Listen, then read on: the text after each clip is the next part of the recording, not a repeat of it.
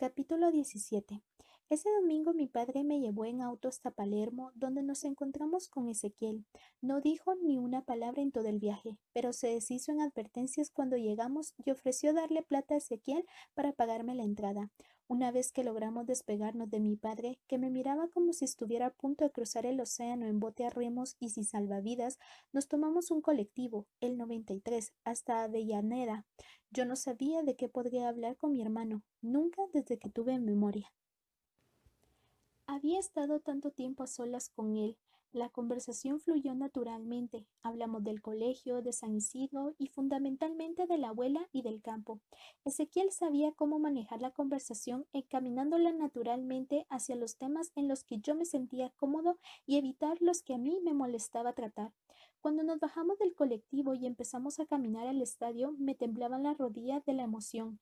Cantidad de personas con banderas, gorros y camisetas iban en nuestra misma dirección.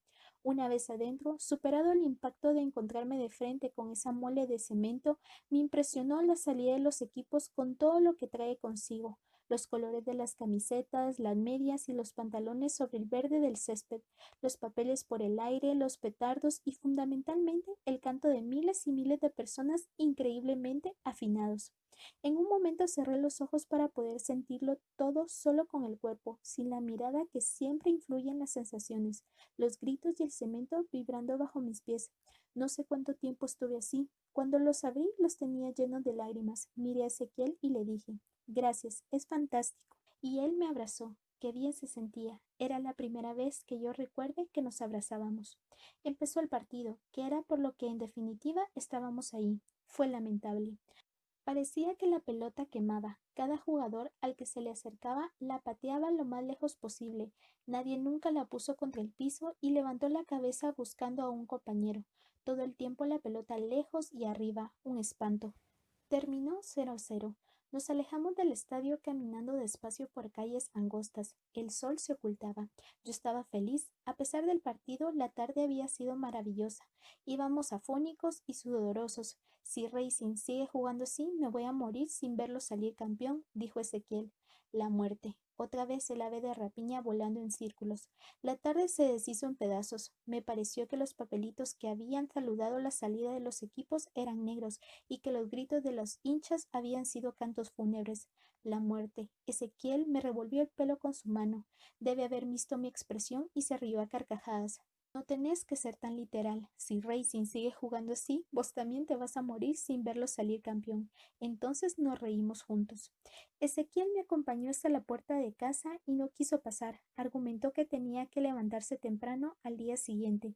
En ese momento me di cuenta de que yo no sabía nada de su vida, qué hacía, de qué vivía, si trabajaba o no. Mentalmente me lo agendé para la próxima vez. Quería que me contara de él. Cuando entré me recibieron como si efectivamente hubiese cruzado el océano en bote a remos. Mi madre me preguntó si me había pasado algo, si estaba bien y si tenía hambre. No, sí y no fueron mis respuestas respectivas. Mi padre no me preguntó nada. Esperó que me bañara y luego me invitó a dialogar. No podría transcribir aquí ese diálogo, que no fue tal sino un monólogo largo, que yo solo interrumpí con súplicas y sollozos. Lo que dijo mi padre ese domingo, que hasta este momento para mí había sido mágico, fue más o menos lo siguiente. Primero, no dejaba de sorprenderlo mi repentino interés por el fútbol. Eso demostraba que él me había descuidado, cosa que no volvería a pasar. Pero bueno, él me había inculcado el amor por los deportes y no se opondría a mi pasión. Desde ese momento iríamos juntos a la cancha cada vez que yo quisiera. Obviamente a platea, que es donde va la gente decente y no a la tribuna popular como habíamos ido Ezequiel y yo, que es a donde van los vándalos. Segundo, mi relación con Ezequiel. Dado que yo nunca había manifestado interés en relacionarme con mi hermano, mi padre sostuvo que era mejor continuar así. Como regalo de cumpleaños era bastante simpático un compact disc de música moderna y un viaje en colectivo hasta Avellaneda para ver fútbol, pero que nuestra relación terminaba ahí, que no era sano para un niño de 11 años andar por ahí con un adulto de 24, por más que éste fuera su hermano.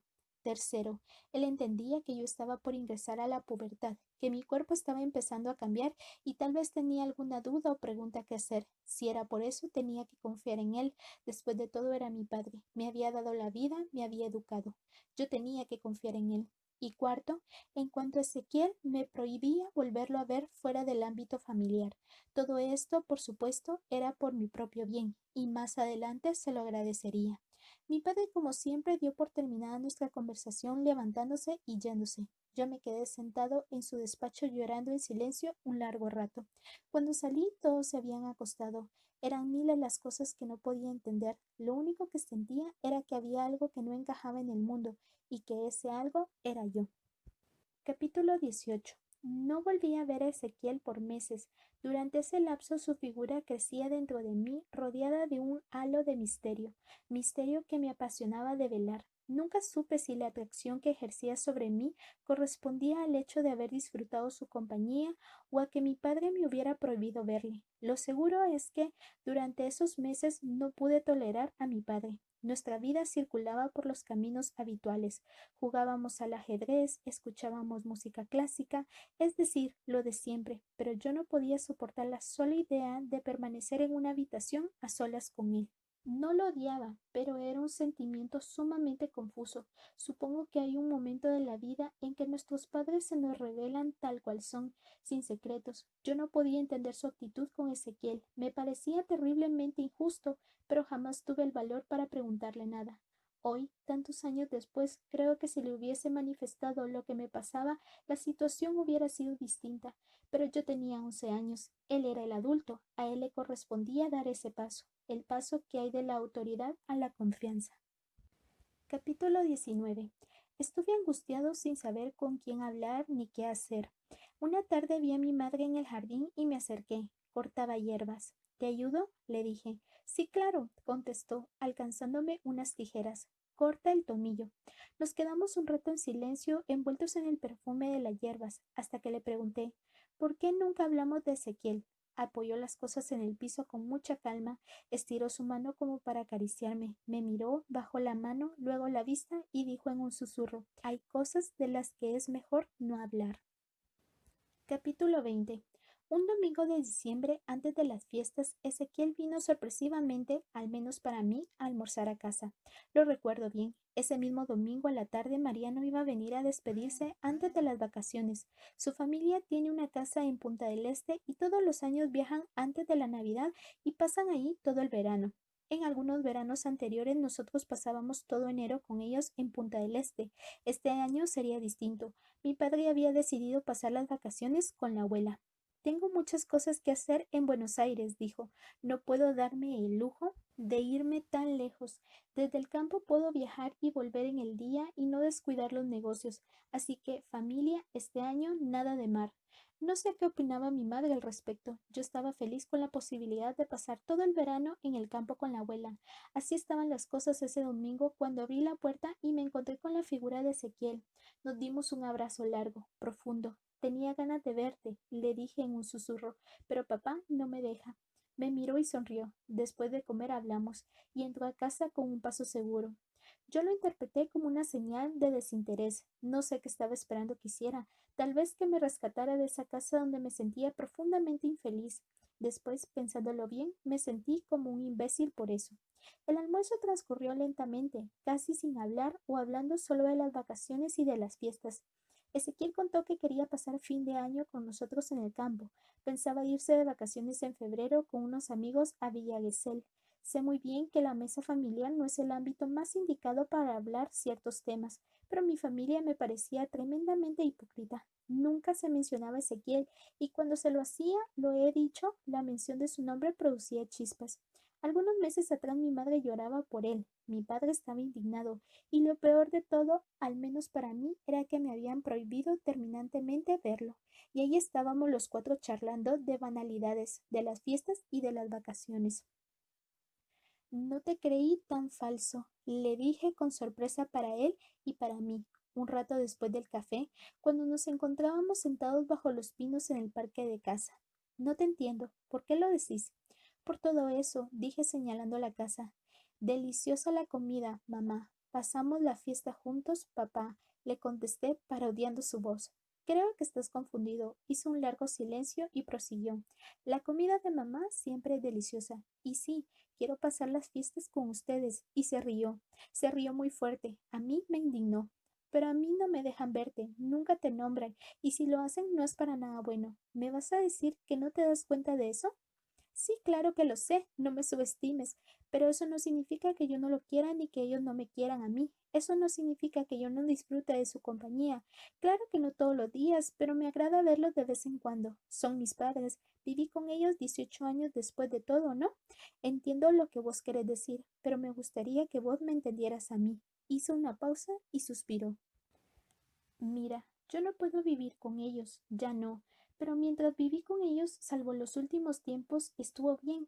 Tal vez esto sea un poco confuso para vos, pero es así. Y me contó que él entendía los miedos de nuestros padres y también de cuando viví en casa y secretos de familia y mucho más. Yo estaba como en trance, fascinado por descubrir a otra persona, a Ezequiel, mi hermano. Sé que todo esto puede sonar extraño, pero exactamente eso, un descubrimiento con el agregado de que hablábamos de cosas relacionadas con mi familia que yo ni siquiera me animaba a pensar, repasándolo a la luz de los años como lo he hecho tantas veces desde que Ezequiel murió, cada momento desde que fui a casa a pedirle explicaciones hasta la última vez que lo vi, me doy cuenta de que muchas de las cosas de las que hablamos eran tan simples que tal vez no merecían mayor comentario, pero para mí era algo así como la verdad revelada, como pensar el mundo por primera vez. Así lo viví yo, así lo viví esa tarde de diciembre hasta que llegó Mariano. Era el primer verano en nuestras vidas que no pasaríamos juntos. No sabíamos que el del año anterior había sido el último. Supongo que una mezcla de la felicidad que tenía después de la tarde con Ezequiel y la excitación de Mariano ante la proximidad de sus vacaciones generaron una química extraña. Pusimos el compact disc de Dire Straits y nos sentamos en el piso de mi cuarto apoyados en la cama. Pasamos toda la tarde charlando con una intimidad que nunca habíamos tenido. Él me contó cosas de su familia, de su hermana, yo le conté cosas de la mía y algunas de las cosas de las que hablamos con Ezequiel. Y también nos reímos mucho. Nunca la había pasado tan bien con él. Atardeció. El reflejo anaranjado del sol bañaba la habitación. El equipo de audio ya estaba apagado.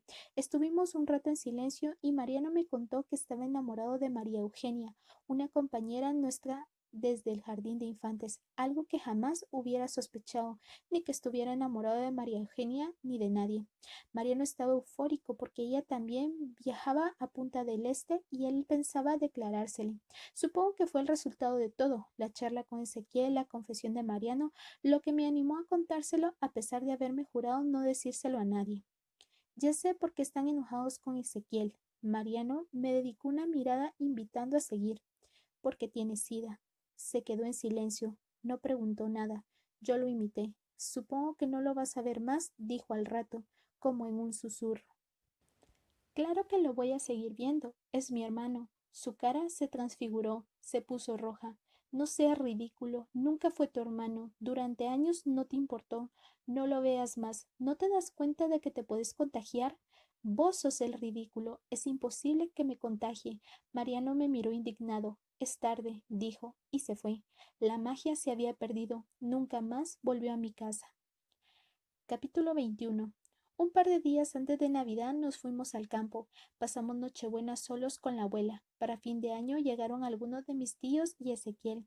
Yo estaba feliz. Al ver tanta gente era mucho más fácil poder pasar el tiempo charlando con Ezequiel. Ya no tenía dudas. Me sentía bien con él. Disfrutaba de su compañía. Esos 4 días caminamos por el campo. Cabalgamos, hablamos sentados a la sombra de un sauce llorón.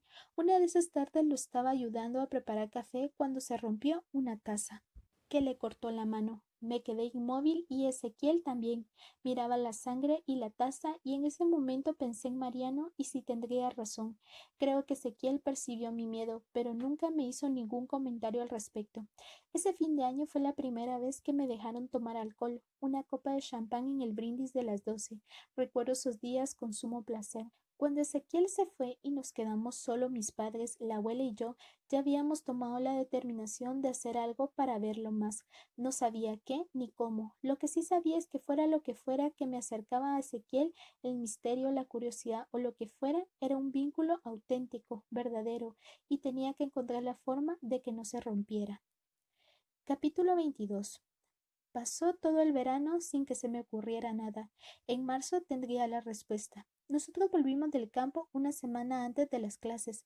Lo primero que hice al llegar fue llamar a Mariano. Quería que me contara cómo le había ido en sus vacaciones y con María Eugenia. Llamé varias veces a su casa y nunca pude dar con él. Tampoco contestó a mis llamadas.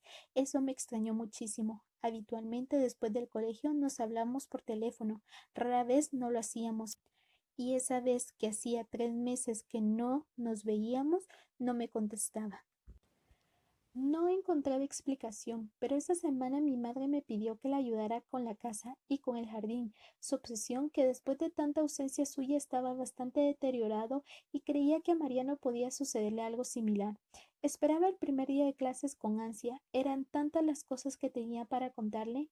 Llegué muy temprano al colegio y me quedé en la puerta esperándolo. Lo vi llegar, desde lejos, de la mano de María Eugenia, y me alegré por él. Cuando llegó a mi lado me saludó con un hola frío e impersonal. Pasó caminando casi sin mirarme y fue a buscar un lugar al lado de María Eugenia.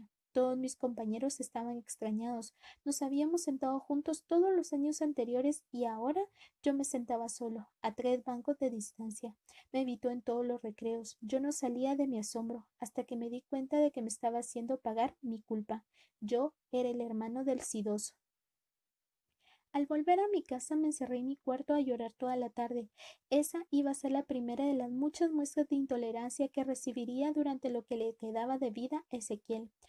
No podía entender la actitud de Mariano y no tenía el valor de ir a pedirle explicaciones. En los entrenamientos y en educación física evitaba tocarme. El hecho de pensar que lo vería ignorándome durante todo el año escolar, los entrenamientos de rugby y el colegio secundario, en el colegio que habían estudiado nuestras familias desde el jardín de infantes hasta el secundario, nuestros padres formaban parte de la asociación de exalumnos. Me partía el alma. Mariano había sido mi único amigo desde que tenía memoria, había sido mi confidente y yo el suyo. Que ahora me diera la espalda era algo que no podía comprender. Me sentía solo, definitivamente solo. Las primeras semanas de clase se me hicieron eternas. El hecho de pensar en estar sentado solo y pasar los recreos sin Mariano me angustiaba profundamente. En mi casa me preguntaban qué pasaba con Mariano, que ya no venía como antes, y yo lo explicaba gracias a su relación con María Eugenia. A principio de abril logré sobreponerme a la situación y armarme una coraza para que pareciera que no me importaba. Los demás chicos de la clase nos habían preguntado qué había pasado entre nosotros y los dos, cada uno por su lado, contestábamos lo mismo, que nos habíamos peleado. Debo reconocer que en ese momento, a pesar de que sabía cómo había impactado en él la enfermedad de Ezequiel, a tal punto de terminar nuestra relación, valoré ese pequeño gesto, que entendí como un homenaje a lo que había sido nuestra amistad, no revelar los verdaderos motivos de la distancia. Con el tiempo comprendí que no me hacía ningún favor, que no debía agradecerle nada, que la enfermedad de Ezequiel no era algo vergonzoso, pero a esa edad y con el sentimiento de soledad que experimentaba no lo hubiese resistido. Gracias a eso tomé la mejor decisión, la más adulta que he tomado en mi vida, cambiarme de colegio. Decidí ir al Nacional Buenos Aires, el único colegio lo suficientemente prestigioso, además del que iba, que mi familia toleraría. Convencer a mi padre me costó mucho, pero su padre había egresado de allí, con medalla de oro y parte del prestigio familiar había pasado por sus aulas. Después de semanas de súplicas y argumentaciones, logré convencerlo y nos pusimos a buscar el mejor instituto para preparar mi examen de ingreso. Mi padre me advirtió que el ingreso era serio, que era mucho lo que había en juego, mucho lo que estudiar, que tendría que dejar rugby, que era una de las cosas que yo quería, un lugar donde evitar a Mariano, y que no toleraría bajo ningún concepto mi fracaso. Encontramos el instituto, el mejor, el más caro. Para mi padre, esos dos conceptos son sinónimos y me inscribí. El instituto quedaba a 5 minutos de viaje de la casa de Ezequiel. Capítulo 23. Cuando murió Ezequiel, descubrí que la tristeza me quedaba bien, que tal vez era mi estado natural. Comencé a usar ropa negra, a leer poetas malditos. Todos los días me recitaba un poema de Rimbaud que dice: Ay, en fin, cuando uno tiene hambre y sed, alguien que os expulsa.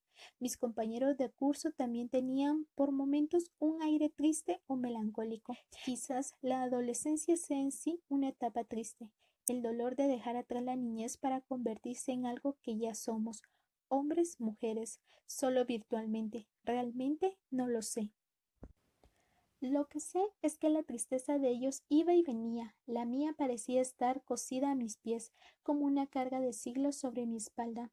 En las reuniones ellos reían y se divertían, yo en cambio me quedaba parado en un rincón con un aire perdido, como si no supiera divertirme, como si no supiera cómo pasarla bien. La tristeza. Capítulo 24. En mayo comenzó la preparación en el instituto. Asistía lunes, miércoles y viernes por la tarde. Dejé definitivamente el rugby y empecé a viajar solo y a disponer de más tiempo para mí. Mis padres, en especial mi padre, se deshicieron en recomendaciones, si bien ya soñaban con mi egreso triunfal del Nacional Buenos Aires y yo aún no había ingresado. Por otro lado, no les gustaba nada esa libertad que tendría ni la posibilidad de que anduviera por la calle. Al principio querían ir a buscarme a la salida, pero mi madre estaba haciendo uno de sus innumerables cursos. Aquel era de pintura sobre madera, y para mi padre representaba perder alrededor de 2 horas sagradas de su trabajo. Cuando se dieron cuenta de que no había otro remedio, accedieron a dejarme viajar solo. Lo que yo quería era alejarme lo más posible de San Isidro, evitar la posibilidad de cruzarme con Mariano y que éste me ignorara. Para mí, el instituto fue un enorme descubrimiento, el primero de todos los que vendrían después. El hecho de encontrarme con tantos chicos de mi edad de distintos sectores sociales que vivían en distintos barrios, esa cosa en definitiva tan insignificante para cualquier otro chico, me maravillaba. No teníamos mucho tiempo para charlar, las clases eran bastante exigentes, aunque a mí, ya fue dicho, me gustaba estudiar y no tuve mayores problemas. No me sobraba el tiempo para relacionarme con los demás. Igual disfrutaba mucho sabiendo que estaba rodeado de desconocidos. Pensándolo ahora, veo que era más mi temor al desengaño, luego de lo que había pasado con Mariano, que otra cosa. Si no trabé amistad con ninguno de los demás, no fue por falta de tiempo, sino por miedo. El 21 de julio, al comienzo del invierno, Ezequiel tuvo la primera crisis de todas las que tuvo durante su enfermedad. Enfermo de neumonía, estuvo bastante delicado, 10 días de internación de los que salió con la prescripción médica de tomar AZT y sin trabajo. Ezequiel trabajaba en un estudio de diseño gráfico desde hacía 2 años. En el momento de la internación, en su trabajo se enteraron de su enfermedad y lo echaron. Argumentaron razones presupuestarias. Ezequiel no les creyó. Después de la experiencia con Mariano, yo tampoco. Unos días después de la salida de la clínica de Ezequiel, vino la abuela a casa a charlar con mi padre. La abuela quería que papá se llevara a Ezequiel a trabajar a su oficina. Mi padre sostenía que no era necesario que Ezequiel trabajara, que podría venir a vivir a casa como antes y sin rencores, y por otra parte sostenía que era lógico que se quedara sin trabajo, que él como empleador tampoco tomaría riesgos si un empleado suyo tuviera sida. Hay que pensar en los demás, decía. Capítulo 25. Cuando empezó a tomar AZT, Ezequiel se vio obligado a llevar una dieta sana y a realizar ejercicios para contrarrestar los efectos de la droga. Todos los días salía con Sacha a realizar largas caminatas y esas caminatas lo llevaban lunes, miércoles y viernes a la puerta del instituto donde yo estudiaba. La primera vez que lo vi parado en la puerta esperándome, me temblaron las rodillas. A mí no se me había permitido ir a verle a la clínica. Es más, hacía más de 3 meses que no nos veíamos. Si bien yo estaba enterado de todo lo que pasaba, había desarrollado un sexto sentido para escuchar a mis padres cuando hablaban de él y además la abuela, siempre la abuela, me contaba. Me sentía en falta por no haberlo visitado. No me dejaron ir a verte, le dije sin saludarlo siquiera. Ezequiel sonrió, tenía una sonrisa apagada. Todo él estaba apagado, no era ya la persona luminosa de antes. Estaba asustado, algo de lo que no me di cuenta hasta que fue tarde. Ya sé, no importa. La abuela siempre me manda saludos tuyos. ¿No te molesta que te venga a buscar? Le contesté que no, por supuesto. Esa primera vez y las siguientes nos limitamos a caminar en silencio hasta la parada del colectivo, con Sasha correteando entre ambos. A la segunda semana Sasha ya saltaba para recibirme apenas ponía un pie fuera del instituto, lo cual me hizo ganar la simpatía de muchos de mis compañeros. Sasha nos daba tema de conversación. Yo no me animaba a preguntarle de su enfermedad ni de su dieta. Entonces le preguntaba sobre la dieta de Sasha. Ezequiel me contaba que le daba de comer y cómo la cuidaba, de los libros que había leído para cuidarla bien. Se lo tomaba todo con absoluta seriedad. Sabía muchísimas cosas de los perros del Ártico, su historia, sus costumbres y sus diferencias con los perros de origen europeo. Hablando de ella, fue que un día me dijo, uno de los motivos por que quiero tanto a este perro es por sus ojos. Desde que estoy enfermo, la gente me mira de distintas maneras. En los ojos de algunos veo temor, en los de otros intolerancia, en los de la abuela veo lástima, en los de papá enojo y vergüenza, en los de mamá miedo y reproche. En tus ojos veo curiosidad y misterio, a menos que creas que mi enfermedad no tiene nada que ver con que estemos juntos en este momento. Los únicos ojos que me miran igual, en los únicos ojos que me veo como soy, no importa si estoy sano o enfermo, es en los ojos de mi perro, en los ojos de Sasha. Capítulo 26. Ezequiel me pidió que yo cuidara a Sasha antes de su última internación, la definitiva. Lo llevé a casa, traté de cuidarlo tan bien como él, de llevarlo a caminar todos los días, pero en mi casa en esos días todos estábamos muy nerviosos. Sasha también. Rompió varias de las plantas de hierba de mamá y terminó en el campo de la abuela. Yo rogué, lloré e imploré. Fue inútil. Ezequiel todavía no había muerto y a mí se me negaba a cumplir con una de sus últimas voluntades. Nos pusimos de acuerdo en que nadie se lo diría. Ezequiel nos preguntaba por Sasha cada vez que nos veía. Nosotros le contestábamos que estaba bien. A pesar de tranquilizarlo a él, nadie pudo tranquilizar el daño que produjo en mi conciencia al tener que mentirle a mi hermano moribundo. Capítulo 27. Los paseos al salir del instituto se hacían cada día más largos, aunque yo me demoraba cada vez más, en casa nadie parecía importarle. Después de mi viaje de fin de curso, algunas de nuestras caminatas terminaban en su casa. Yo no visitaba su apartamento desde que fui a pedirle explicaciones, y esa vez no tuve demasiado tiempo para prestar atención a nada. La primera vez que llegué allí, acompañado por él, descubrí su biblioteca. Tenía libros de diseño gráfico, fotografía y de literatura. Le gustaba especialmente la ciencia ficción y el fantasy. Me prestó El Señor de los Anillos y puso a mi disposición cualquiera de sus libros. Me contó, al preguntarle por la cantidad de libros de fotografía que tenía, que le gustaba mucho sacar fotos. Siguiendo con mi inspección, al lado de su cama encontré un chelo. ¿Desde cuándo tocas el chelo? Le pregunté sin salir de mi asombro. Lo compré hace 4 años. Estudié un año y dejé. El año pasado volví a estudiar. El año pasado me parecía extraño. El año anterior se había enterado que tenía sida y se había puesto a estudiar chelo. Me miró y sonrió. Mira, lo único cierto que sabemos todos de la vida es que nos vamos a morir, y lo único incierto es el momento. Digamos que al enterarme que lo incierto avanza sobre lo cierto, me propuse no morirme hasta no poder tocar la suite número 1 en sol mayor de Bach, y se rió.